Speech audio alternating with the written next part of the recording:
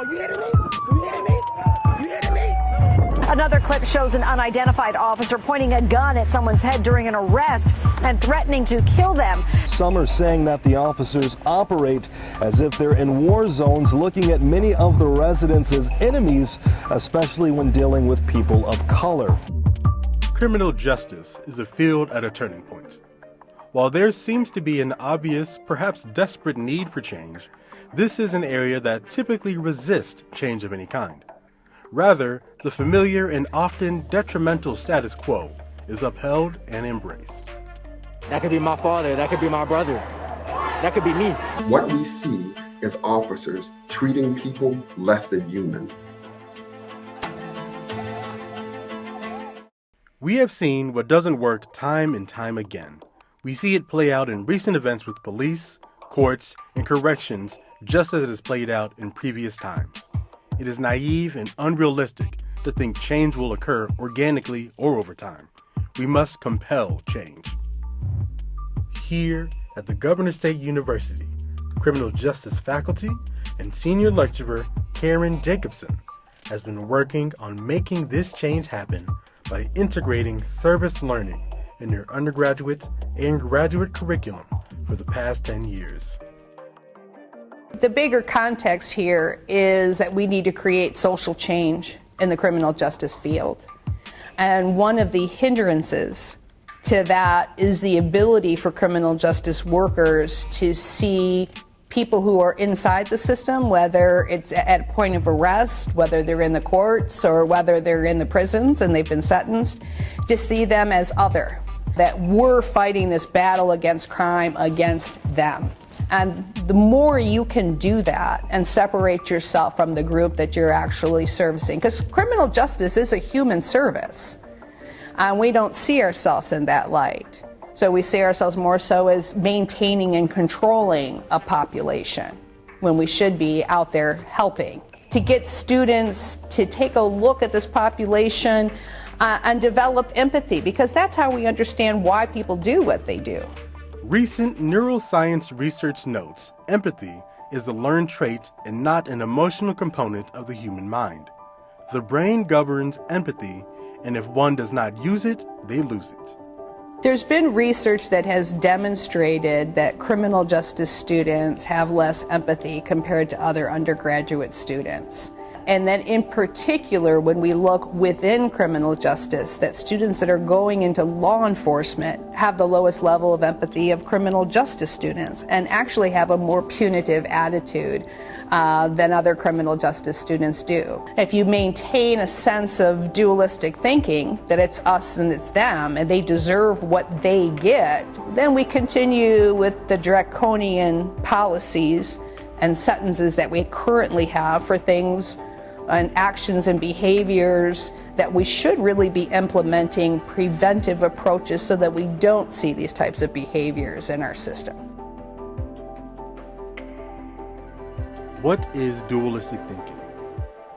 Dualism, sometimes referred to as binary thinking, is a philosophical doctrine that divides everything in the universe into opposites. With dualistic thinking, two perspectives may exist, but only one is right. So we talk a lot about those underlying perceptions, where they come from. A lot of it comes from television, a lot of it comes from media, and so that's where they get it. Because when we look at any show on TV that has to deal with criminal justice, it's always the bad guy is going away, and we're the good guys, and they're the bad guys. Again, that whole belief system simply fuels the system that we have today. To teach empathy, the only way really to do it is through a service learning project. Service learning has been used for a long time in education and psychology and in social work and in counseling, and these are all human services, but we don't apply it to criminal justice. What we do in criminal justice is we do shadowing, for example. And we send these students into this environment without teaching them about social change or ways that they can create change in the system. So it perpetuates the system as is. The way I thought to get there was through creating empathy. Again, because that reduced my burnout in my experience as a practitioner. That was something that helped me be a better professional. There are two key components to a service learning project: face-to-face interaction and critical reflection. It's been my experience over the last 10 years doing service learning projects. It's that these projects are what breaks stereotypes, increases empathy, and reduces dualistic thinking in our criminal justice students. We did some things that my students weren't face-to-face with justice-involved people, and so they could keep a distance.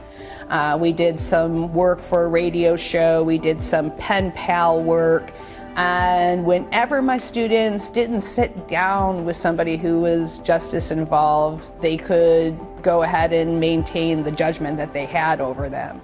But when we're face-to-face and we sit down with individuals who've been involved in the system and we see them as fellow human beings, it makes you step back and think whether the policies and the procedures that we currently have are really the best ones. The last service learning project that I worked on, I worked with a reentry program. I've been working with a couple reentry programs in Chicago. So we asked them to provide us with some individuals who have come out of prison who are interested in talking to criminal justice students about their experiences. What is it like to come out into a society that is dealing with a pandemic? Hey, all right.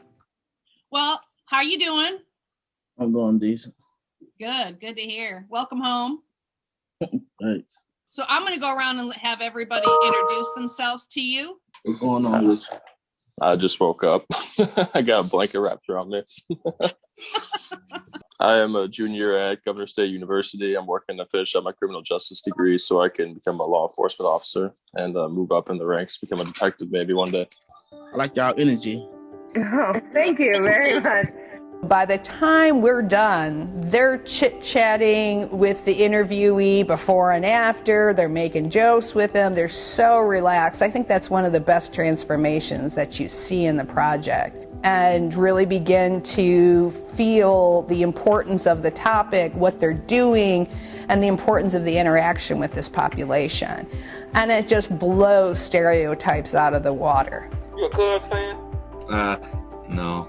Sox. Oh man, you can be a Cubs. I'm a Cubs fan. You look like a Cubs fan. Yeah. I know what Cubs fans look like. Well, yeah. It's nice. You I don't know. Be a White Sox fan.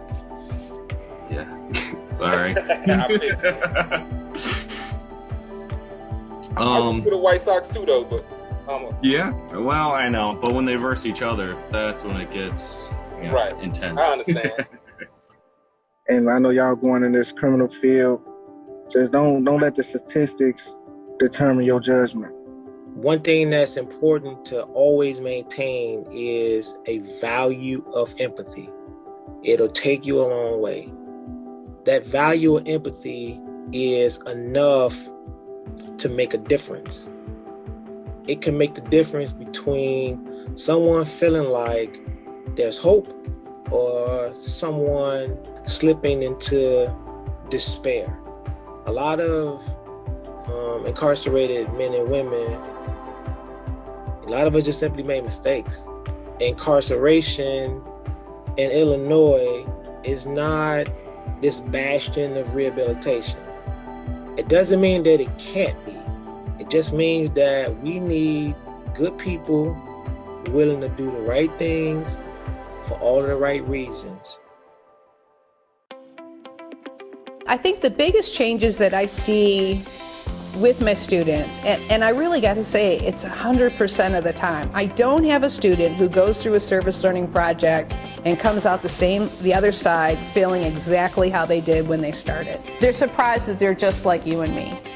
And so they start to realize what they want to do as a profession, where they want to kind of anchor themselves. And the service learning project paves that pathway. I think it's important for people to have experience, not necessarily relationship, but to actually know the people who they're going to be working with, to actually know justice-involved people, because prior to this, I didn't know anybody who was justice involved outside of my own family. And so I know, especially for a lot of people who are going into law enforcement, they may not have a lot of people in their lives that got caught up in prison or in probation or somehow under correctional control. And so I think it's really important to know and to humanize the people that are in the system.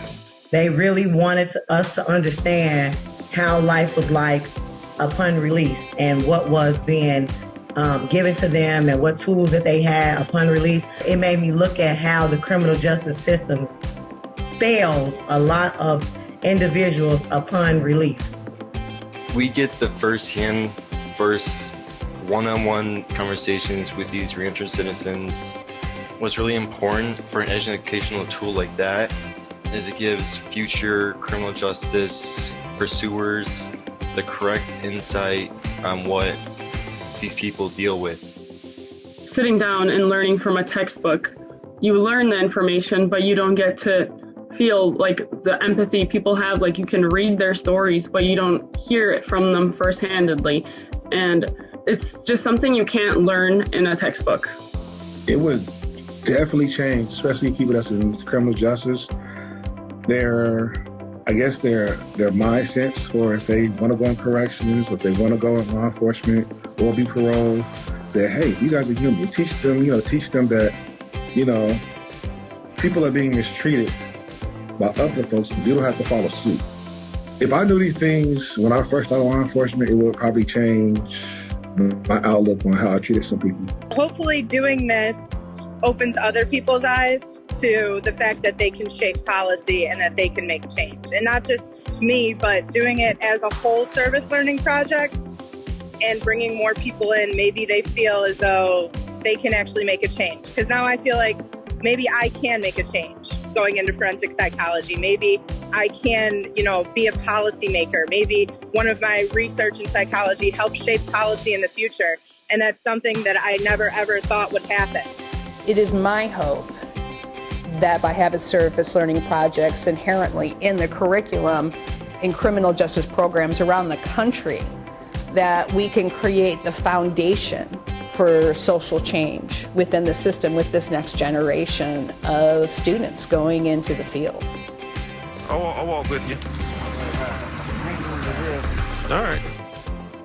I can't tell you how much I want you to stop doing those drugs, man. You still got something to offer people, all right?